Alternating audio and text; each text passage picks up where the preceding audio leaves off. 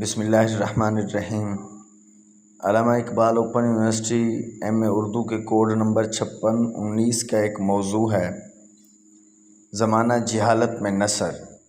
در حقیقت یہ ٹاپک صرف علامہ اقبال اوپن یونیورسٹی ایم اے اردو کے اسٹوڈنٹس جو کہ کوڈ نمبر 5619 کے طلبہ ہیں، یہ صرف ان کا تقاضا اور ضرورت نہیں ہے، بلکہ ان کے ساتھ ساتھ بی ایس عربک اور ایم اے عربک کے اسٹوڈنٹس کے لیے بھی کافی اہمیت کا حامل عنوان ہے۔ دیکھیں، سب سے پہلے زمانہ جہالت میں نثر کو جب چھیڑا جائے گا تو سب سے پہلے یہ ہے کہ نثر کہتے کسے ہیں، نثر کی تعریف کریں۔ نثر کی تعریف آسان انداز میں نے کرنے کی کوشش کی ہے، اور وہ یہ ہے کہ ہم روزمرہ ضروریات کو پورا کرنے اور اپنی بات دوسروں تک پہنچانے کے لیے جو الفاظ استعمال کرتے ہیں انہیں عام بول چال کہتے ہیں، اور عام بول چال کا اطلاق نثر پر نہیں ہوتا۔ اب سوال یہاں یہ ہے کہ ہماری بول چال نثر میں کیسے تبدیل ہو سکتی ہے؟ سوالیہ انداز اس لیے اختیار کیا گیا ہے تعریف میں تاکہ طلباء کو یاد کرنے میں آسانی ہو سکے۔ اب سوال یہ ہے کہ ہماری بول چال نثر میں کیسے تبدیل ہو سکتی ہے؟ دیکھیں، روزمرہ کے جو الفاظ استعمال کرتے ہیں وہ تو عام بول چال ہیں، نثر ہے ہی نہیں، جبکہ ہم تو نثر کی تعریف کر رہے ہیں۔ تو بھائی، نثر اس کو کہتے ہیں کہ کلام میں اگر فنی باریکیاں پائی جاتی ہیں، یعنی اب فنی باریکیوں سے کیا مراد ہے؟ یعنی کلام کے قواعد اور ضوابط پائے جاتے ہیں تو وہ نثر ہے، اور اگر کلام کے قواعد اور ضوابط نہیں پائے جاتے تو عام بول چال ہے۔ یعنی کلام جو ہے، اب اس کے اندر اگر ضوابط پائے جاتے ہیں تو وہ نثر ہے، فنی نثر ہے، اور اگر قواعد اور ضوابط جو ہے وہ نہیں پائے جاتے تو عام بول چال ہے۔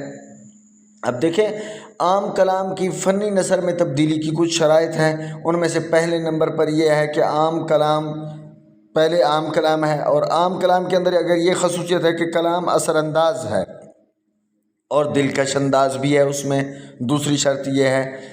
اور دیکھیں، اگر کسی کلام میں مذکورہ بالا شرائط جو اوپر دو لکھی ہیں کہ کلام اثر انداز ہو، دلکش انداز ہو اس کا، یہ پائی جاتی ہیں تو وہ نثر شمار ہوگی۔ اور ایسی کلام جس کے اندر یہ دونوں خصوصیات ہوں، اسے ایسے ادب کو ہم فنی نثر کہتے ہیں، یعنی یہ ادب کا حصہ ہے اور یہ نثر جو ہے فنی نثر کہلائے گی، لیکن اس میں وزن اور قافیہ نہیں ہوگا، اور وہ قاعدوں اور فن کے مقرر کردہ اصولوں کے مطابق اثر انداز اور دلکش ہو۔ یہ شرائط ہیں جو کہ کسی کلام کے ادب میں شامل ہونے کے لیے ضروری شرط ہے، تو وہ ادب میں شامل ہوگی۔ اگر یہ دو شرائط نہیں پائی جا رہی تو وہ ادب میں شامل نہیں ہوگی، عام بول چال ہوگی، پھر ادب کا حصہ وہ نہیں ہوگی۔ آگے دیکھیں جی، زمانہ جہالت میں نثر کی اقسام ہے۔ سب سے پہلے جو ہے محاورہ یا بول چال ہے۔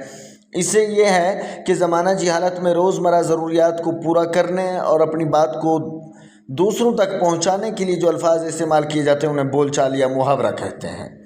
اب آگے یہ زمانہ جہالت میں یہ قسم بھی تھی، اس کے علاوہ ایک اور قسم بھی تھی جسے خطابت یا تقریر کہتے ہیں۔ اب تقریر فنی نثر کی بہترین قسموں میں سے ایک قسم ہے، پہلے بھی رائج تھی، موجودہ زمانے میں بھی ہے۔ اس میں کوئی ممتاز شخصیت جو ہے یا پرسنالٹی کسی مجمع میں اپنے نقطہ نظر کی وضاحت کرتا ہے، اس غرض سے تاکہ اہل محفل جو ہیں ان کو متاثر کر کے اپنے نقطہ نظر سے اپنا ہم خیال بنا سکے۔ پھر یہ بھی زمانہ جہالت میں تھی، ٹھیک ہے نا جی۔ پھر اس خطابت کی کچھ اقسام ہیں۔ خطابت کی در حقیقت جو ہے وہ 3 قسمیں ہیں۔ پہلے نمبر پر سیاسی تقریریں ہیں، وہ تقریریں جو سیاسی نمائندے سیاسی مسائل پر کرتے ہیں۔ دوسرے نمبر پر دینی تقریریں ہیں، وہ تقریریں جو علماء کرام دین اور مذہب کے متعلق کرتے ہیں یا دین اور مذہب کی وضاحت کے متعلق کرتے ہیں یا مسائل بیان کرتے ہیں۔ نمبر 3 قانونی تقریریں ہیں، وہ تقریریں جو وکلاء عدالتوں میں اپنا مقدمہ پیش کرتے وقت جرح ادا کرتے ہیں، اور اسی طرح جج جب اپنا فیصلہ سناتا ہے تو وہ بھی قانونی تقریروں میں شامل ہوتا ہے۔ اب دیکھیں، یہ جو خطابت ہے زمانہ جہالت میں اس کے محرکات کیا تھے؟ اس کے 3 بڑے محرکات ہیں۔ ایک تو یہ ہے کہ اہل عرب ان پڑھ ہونے کی وجہ سے ان کے پاس اپنی بات کہنے کا صرف ان کی اپنی زبان ہی تھی، یعنی بات کہنے کا ذریعہ ان کے پاس زبان تھی، اس لیے وہ تقریر پر مہارت رکھتے تھے، کیونکہ وہ ان پڑھ تھے، لکھ تو سکتے نہیں تھے، پھر زبان کے ذریعے سے جو ہے وہ اپنی بات سامنے والوں تک پہنچاتے تھے۔ دوسرے نمبر پر یہ ہے کہ عربی زبان میں دلکشی اور خوبصورتی کا وہ جوہر موجود ہے، دلکشی اور خوبصورتی کا وہ ملکہ اور صلاحیت عربی زبان میں موجود ہے جو کسی اور زبان میں نہیں ہے۔ اس لیے اہل عرب یہ تصور کرتے تھے کہ وہ اپنے دل کے جذبات اور محسوسات کو صرف اپنی زبان سے ہی بیان کر سکتے ہیں، یعنی ان کے جذبات، دل کے جذبات اور احساسات کو بیان کرنے کے لیے قلم ناکافی ہے، وہ اپنی زبان سے انہیں خوبصورت اور دلکش انداز میں بیان کر سکتے ہیں۔ یہ بھی زمانہ جہالت میں تقریر کے محرکات میں سے ایک وجہ تھی۔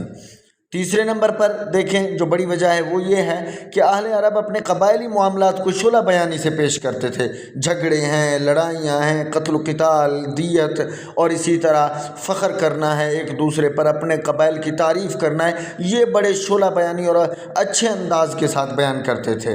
اور یہ زمانہ جہالت کی تقریر کے جملہ محرکات میں سے ایک اہم وجہ ہے کہ زمانہ جہالت میں تقریر کو جو عروج حاصل ہوا، ان وجوہات میں سے ایک وجہ یہ بھی ہے کہ وہ قبائلی معاملات کو بڑے ہی شعلہ بیانی سے بیان کرتے تھے۔